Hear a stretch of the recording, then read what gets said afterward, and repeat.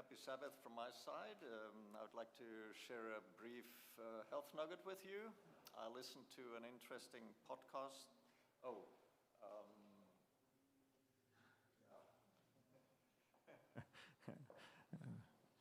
I was told I should use the microphone because I've got a girl's voice.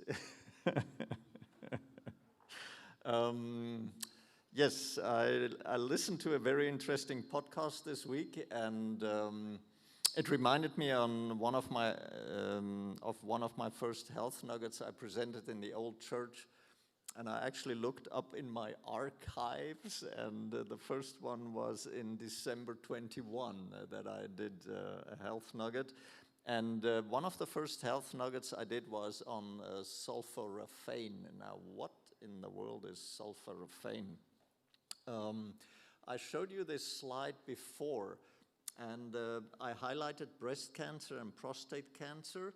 And what you see here is the percentage of cells that survive when they are exposed to the various veggie extracts. So when you look at breast cancer and spinach, you'll see that when breast cancer cells, and in the lab you can, breast cancer cells, if you feed them, they live forever. They have an eternal life, so to speak. If you imbibe breast cancer cells with spinach extract, only 35% of those cells would survive.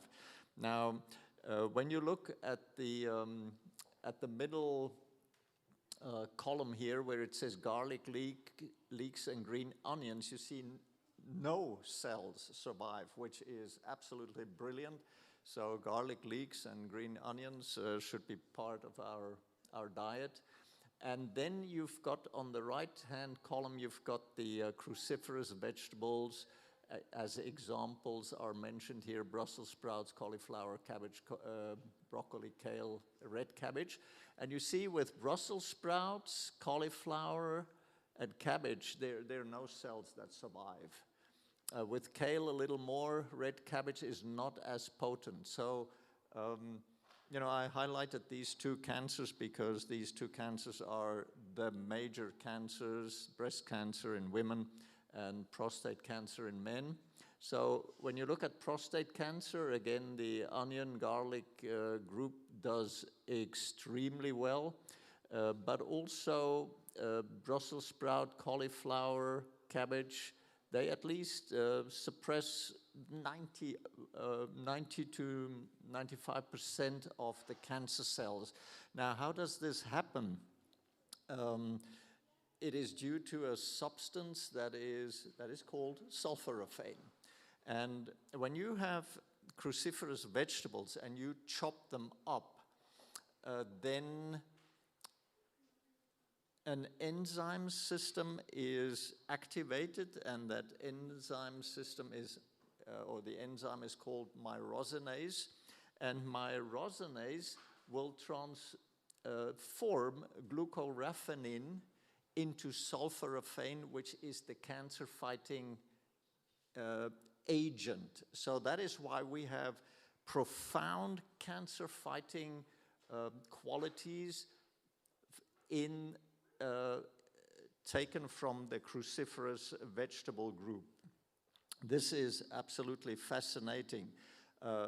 Already, this information, but when you look at it further, and that is what this podcast was so interesting, why this podcast was so interesting to me. Sulphoraphane activates a transcription factor, which in medicine is called NRF2. And you don't need to remember this, of course, but what it does is it strengthens your stress response. It augments your antioxidant capacity. And this is broadly the biggest antioxidant capacity system that we have is the glutathione system in our whole body, but also, and that is absolutely fascinating, also in our brain. So when you eat cruciferous vegetables, the capacity of your brain to fight oxidant tendencies increases, and that is very important, because the antioxidant capacity over age slowly decreases. That means that is why we have neurodegenerative and neurofunctional diseases, and we'll talk about this in a moment. You see there bullet 1, 2, 3, 4 induces autophagy. Autophagy is cell death. When the immune system discovers cells that are not functional anymore, it will kill them off. And that is another avenue through which the body fights cancer, because a good immune system will discover cancer cells and destroy them. If the immune system is impaired, it will not do this. Sulphoraphane turns on also detoxification genes. That's a very interesting system in our body. And studies have shown that when you eat sulphoraphane, you increase, if you have been exposed to it, your benzene excretion by 60%, which is absolutely phenomenal. The other thing that I've found very interesting is that not only nutrition via the cruciferous vegetables activates the NRF2 system, but also fasting and exercise. That is why this, the 8 healing factors, they have overlapping effects, and the more overlap you have, the more effective the system becomes.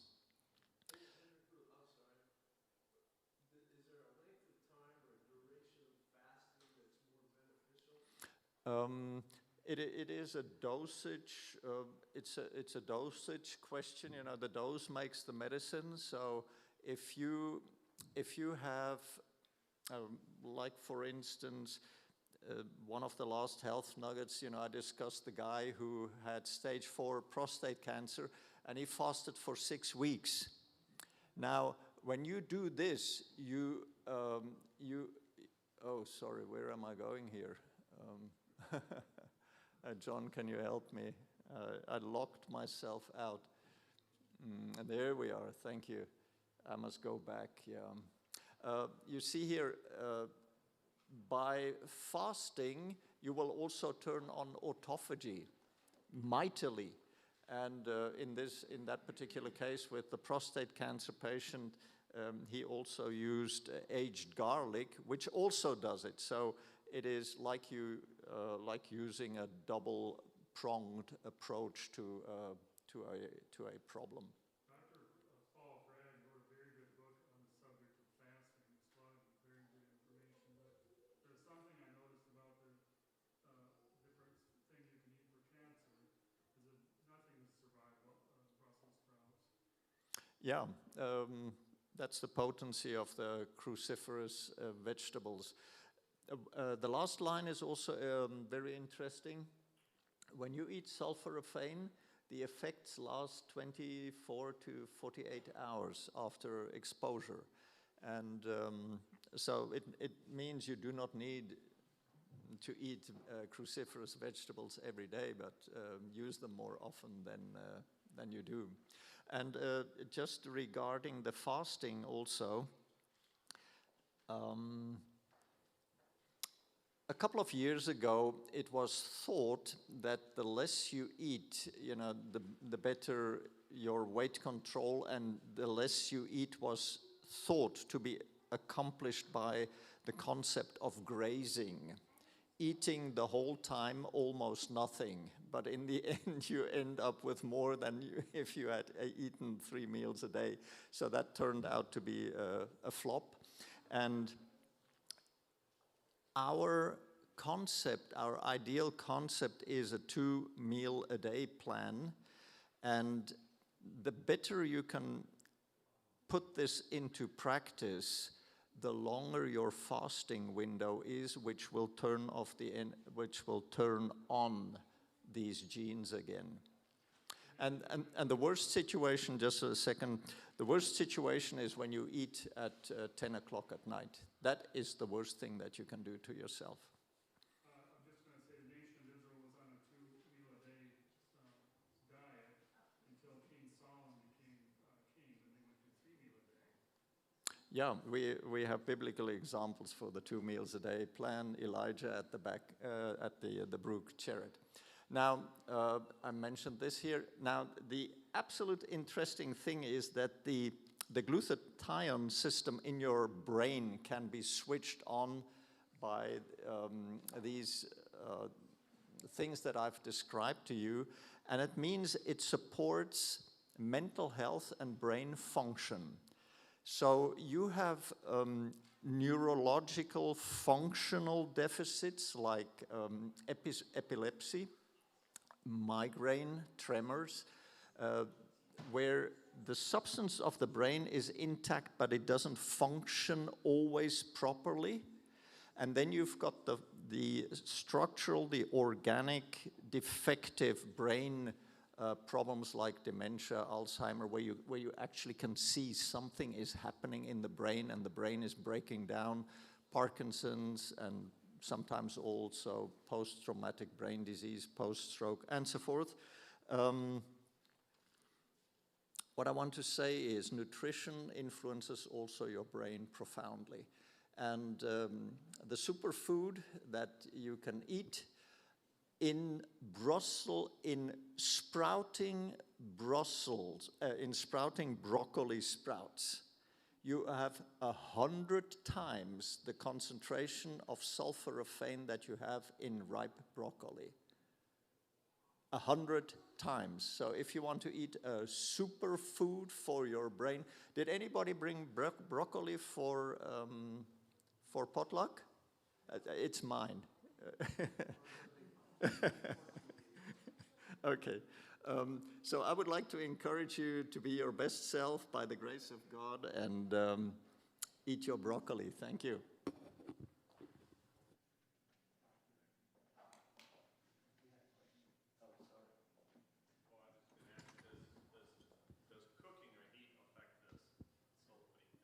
Yes, that is. Thank you, Michael, for asking this.